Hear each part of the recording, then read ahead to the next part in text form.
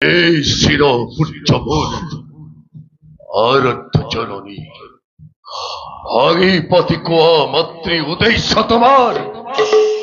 নহে সতীরায় হাত্যারতি অবশ্য পুনবার পুনবার মাতৃ পুনবার কব লাগে যদি হুন হেনা আমি ভন্তা মাতৃ অধিনী পুত্র আদি দেবতা বিদুখিনী